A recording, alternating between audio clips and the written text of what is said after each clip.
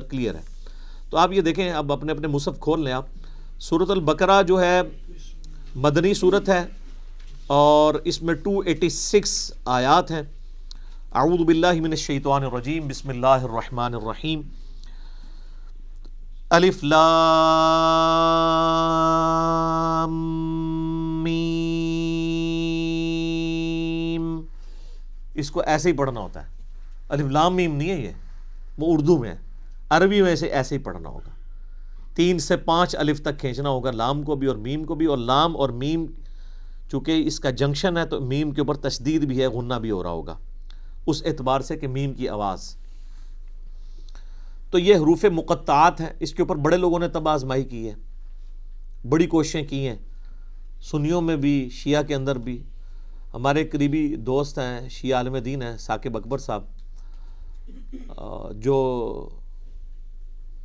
ملی یکجہتی کونسل کے سیکٹری بھی ہیں، انہوں نے ایک پوری کتاب لکھی ہے حروف مقطعات کے اوپر۔ انہوں نے سارے اقوال جو اہل سنت کے ہاں بھی تھے، اہل تشیع کے ہاں بھی تھے، ان سب کے سب اقوال کو جمع کیا ہے۔ الٹیمیٹلی رزلٹ یہ ہے کہ یہ اللہ اور اس کے نبی علیہ السلام کے درمیان جو ہے کوڈ ورڈز ہیں، اور کچھ الفاظ کو تو ہم قرآن حکیم کی روح سے ان کا مطلب بھی جان سکتے ہیں، اور عربی میں اس وقت عربی لنگوسٹک کے اندر مستعمل تھا اس طرح کے کوڈ ورڈز یوز کرنا،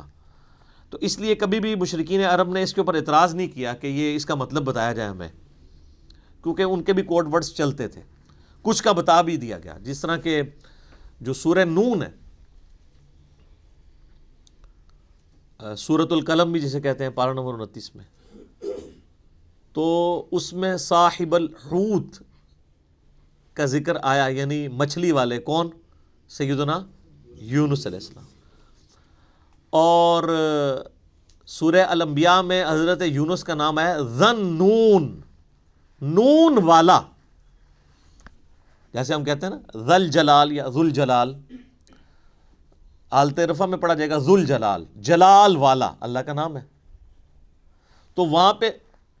ذن نون، نون والا، تو نون والا کون؟ وہ سورہ القلم میں، اس میں آغاز ہی کس سے ہوتا ہے؟ نون والقلم وما یسطرون، تو اس پہ تو اجماع امت ہے کہ وہاں نون سے مراد مچھلی ہے، اور عرب میں اس طرح کے کوڈ ورڈز یوز ہوتے تھے۔ مثلا یہ جو توئیں ہیں نا، یہ سانپ کے لیے سمبل کے طور پہ استعمال ہوتا تھا، اس کی شکل بھی آلموسٹ دیکھ لینا، کوبرا سانپ اگر ایسے کھڑا ہو اور یوں اس کی دم ہو تو یہ سمبل استعمال ہوتا تھا عرب میں۔ اور آپ مزے کی بات دیکھیں کہ جتنی صورتوں میں حضرت موسیٰ علیہ السلام کے واقعات آئے ہیں نا، سورۃ القصص ہے، سورہ طٰہٰ ہے، طٰہٰ بھی توئیں سے سٹارٹ ہو رہی ہے، اسی طریقے سے سورۃ القصص، طٰ، سین، سب میں طٰ آپ کو نظر آئے گی، تو اس اعتبار سے کسی حد تک آئیڈیا، لیکن چونکہ یہ انٹرسٹ کی چیزیں ہیں، اس سے کوئی قرآن پاک کی تعلیمات میں فرق نہیں پڑتا۔ سورہ ال عمران کی آیت نمبر 7 ہے کہ محکمات ہیں اور متشابہات ہیں، محکمات جو ہیں وہ کتاب کی اصل ہیں، ان کے اوپر توجہ دو، اور جو متشابہات ہیں ان کا معاملہ چھوڑ دو، ان کے اوپر ایمان لے کے آؤ، بس اللہ کے حضور دعا کرتے ہیں اہل ایمان، ربنا لا تزغ قلوبنا بعد اذ ہدیتنا وہب لنا من لدنک رحمہ انک انت الوہاب، آمین۔ تو اسی طریقے سے یعنی بڑے بڑے لوگوں نے، یعنی اہل تشیع جو ہیں وہ ذاکرین، علماء نہیں یہ حرکت کرتے، ذاکرین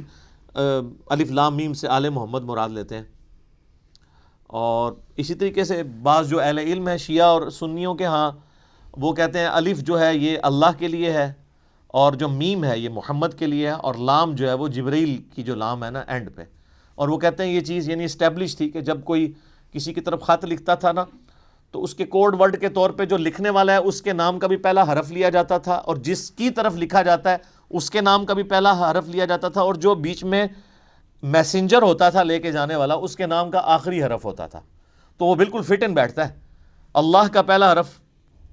الف، اور محمد کا پہلا حرف میم صلی اللہ علیہ وآلہ وسلم، اور جبرائیل کا آخری حرف لام۔ تو یہ بڑے لوگوں نے اس کے اوپر کام کیا ہے، ایون امام ابن تیمیہ نے بھی اس کے اوپر کافی طب آزمائی کی ہے، بڑے لوگوں نے کیا ہے۔ تو اتنی گفتگو کافی ہے میرا خیال ہے، اصل تو میسج کو سمجھنے کی ضرورت ہے۔ ذالک